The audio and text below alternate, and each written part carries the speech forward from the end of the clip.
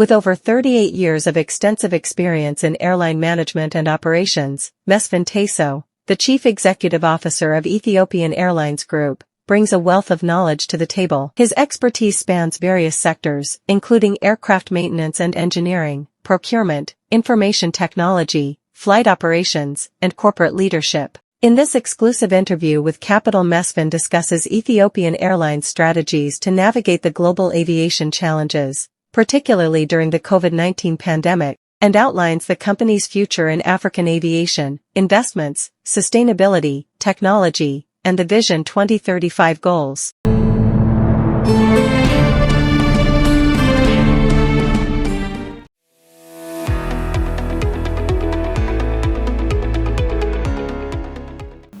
Okay, first of all, thank you very much for giving me this opportunity to share information about our operation.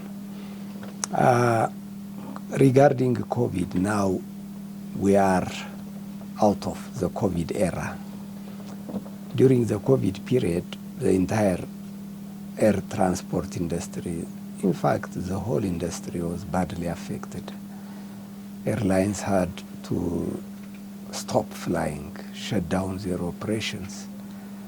However, Ethiopian Airlines has been operating through the COVID period, focusing primarily on cargo. And through that cargo, we were able to generate enough revenue to support our critical expenses.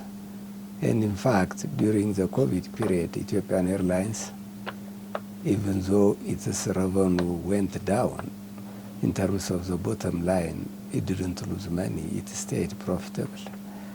And the primary reason for that was we focused on cargo operation to transport essential goods like COVID test kits, vaccines, protective equipment, and so on. So we were very successful in navigating through the COVID period.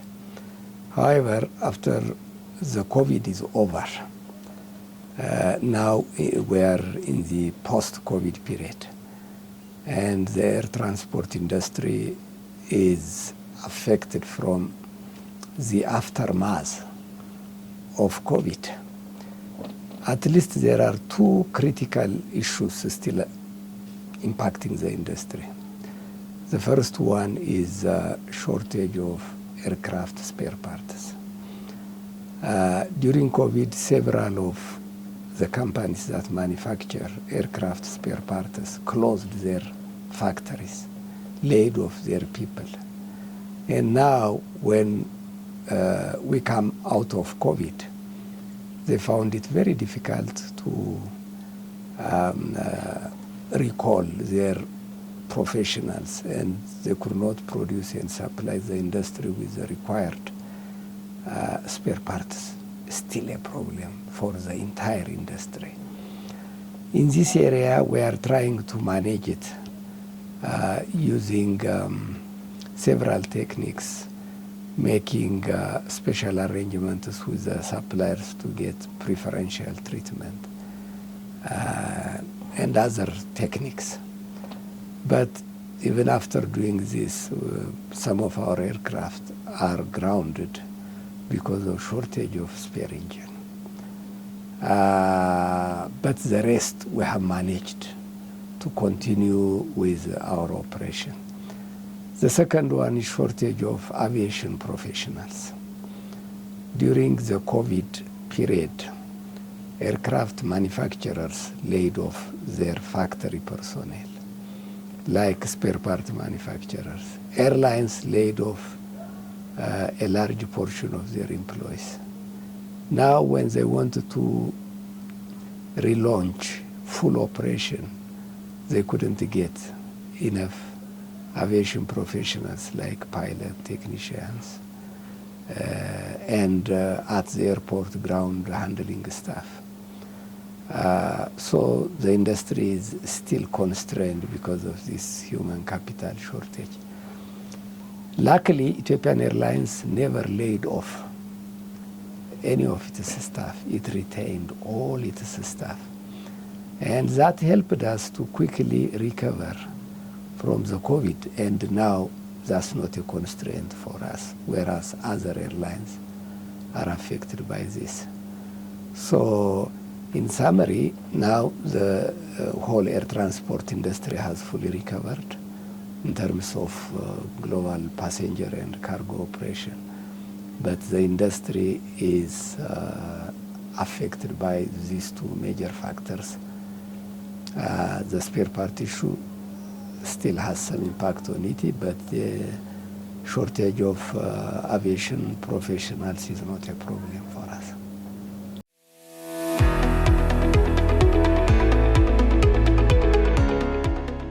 The African air transport is underdeveloped, even during COVID period. The statistics shows that the population of the African continent takes about 18% of the global population. However, the air transport demand in Africa, or African passengers, take only 2% of the global air travelers. So this shows that both the demand and the service are underdeveloped in Africa. It by itself gives an opportunity that there will be growth in Africa, and Africa is the next frontier for development of air transport. The other opportunities include, in Africa, we have a growing middle class people, a lot of young businessmen with middle class income who can afford to travel, who are entrepreneurs to create businesses, and who would like to travel. So the demand for air transport in Africa is expected to grow fast. In fact, some forecasters say the demand for air transport in Africa will grow at an average rate of 4.6% per year for the coming 20 years. So there will be growing business here. The other opportunities are, there are African Union initiatives like the Single African Air Transport Market, SATM, which encourage African governments to open up their airspace, to liberalize their air transport market. Means airlines can freely fly to any country, any city in Africa, wherever they want. Now we fly based on what are called bilateral air service agreements. So it is up to the other country government to grant us traffic right or permit to fly there or not. But when SATM is fully implemented, we will have a great opportunity to expand our network into Africa. The other opportunity in Africa is another African initiative known as the African Continental Free Trade Area Initiative, AFCFTA. This encourages African countries to do business within Africa, to exchange commodities within Africa. It also encourages African countries to give visa to other African people freely. And so this is a good opportunity. Such travel of people within Africa, export of goods within Africa will provide us a market opportunity for us to carry more passengers, to carry more goods within Africa. So there are a lot of opportunities in the coming years for the air transport industry to develop and flourish in Africa.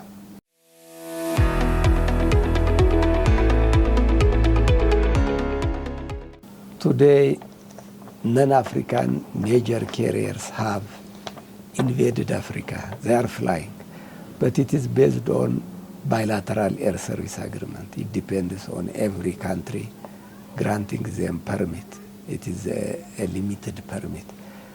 But when SATM is fully implemented, it is restricted only for African airlines. It doesn't give unlimited access to non-African airlines. That privilege will be given only to African airlines. So it will favor more African airlines than non-African airlines.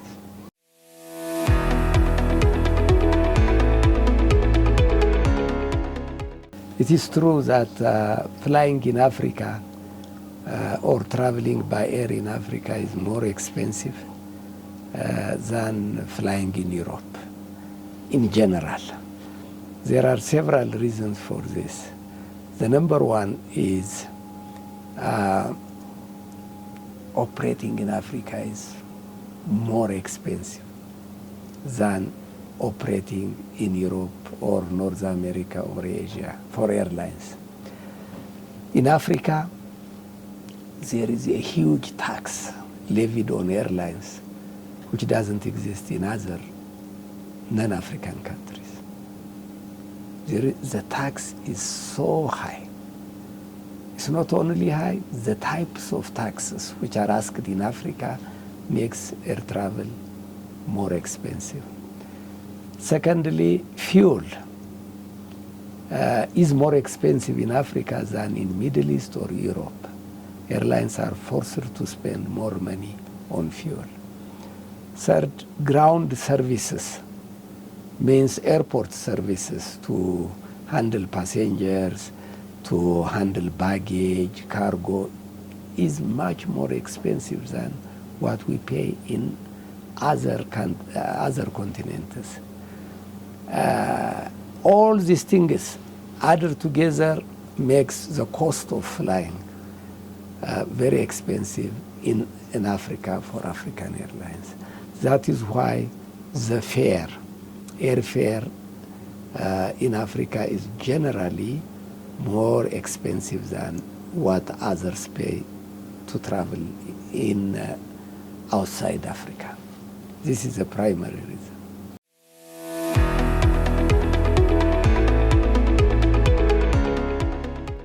Ethiopian Airlines, as part of its long-term strategy, is partnering with other African airlines.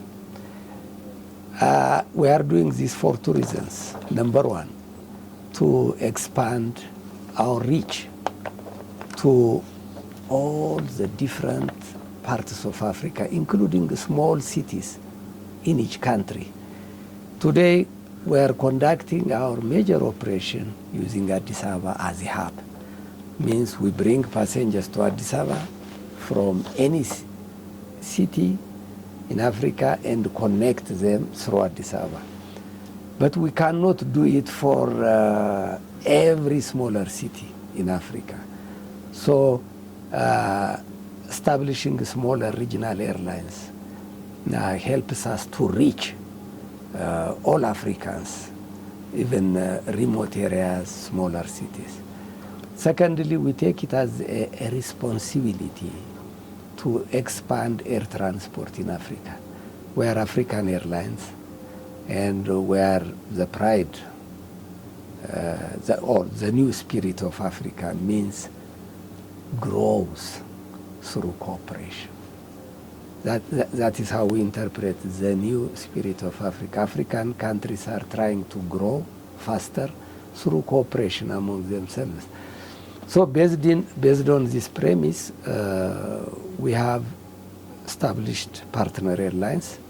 The first one is in Togo, a regional airline known as ASKY. It was established under a joint venture between Ethiopian Airlines and institutional investors, mostly banks in Togo. It has been in operation for the last 14 years. Now it has grown so much that it has become the largest airline in West Africa. Using Lome Togo as a hub, it connects 28 cities within West and Central Africa using Lome as a hub, and they connect every 2 cities in West and Central Africa within a day, which was not possible before the establishment of ASCAI. It is providing a very, very critical air service in West Africa. And it has grown to a level that today it operates 14 aircraft. And it is growing fast. It has been profitable during the last 3 years. So it is a role model of South-South cooperation. The other one is Malawi Airlines, established in Lilongwe, Malawi. It has not grown so much, but it is a very successful airline. It has been profitable for the last 2 years. The CEO was here this morning, and we are happy to partner with the government of Malawi. We take 49% share, and the Malawi government takes 51% share, but Ethiopian Airlines manages it. So it's a growing airline. The third one is in Zambia Airways. It was established before 2 years. It is still at the baby phase, so it's not yet profitable as expected. When we come to Nigeria, we were invited by the Nigerian government to partner with the government and other investors in Nigeria to set up their national carrier known as Nigeria Air. After we progressed a lot in the establishment, there was change of government in Nigeria, and the new government has suspended the project, giving the reason that they wanted to reevaluate the project as newcomers. When we were working with the previous Nigerian government, there were groups, smaller airlines in Nigeria who were opposing the establishment of the new national flag carrier. As you know, Ethiopian Airlines is regarded in Africa and in other parts of the world as a very strong, reputable airline, and the Nigerian aviation industry has not yet developed. They are not efficient, and they feared that if Ethiopian Airlines goes into the Nigerian air transport market, it will dwarf them. So they opposed this partnership, went to court, they sued the Nigerian government, and so on. So the new government wanted to reassess the situation. So they suspended it since, I think, July or August. So it is in that state. We have another initiative in Democratic Republic of Congo, again to set up a national carrier under a joint venture between the government and Ethiopian Airlines. After we signed all the agreements, they couldn't give us go-ahead. We are waiting for that. We are hopeful that the government will give us the green light to set up the national carrier there. DRC is a very strong economy. They have a lot of natural resources. They have big population. They have a big demand for air transport service. So we are hoping that this project will be kicked.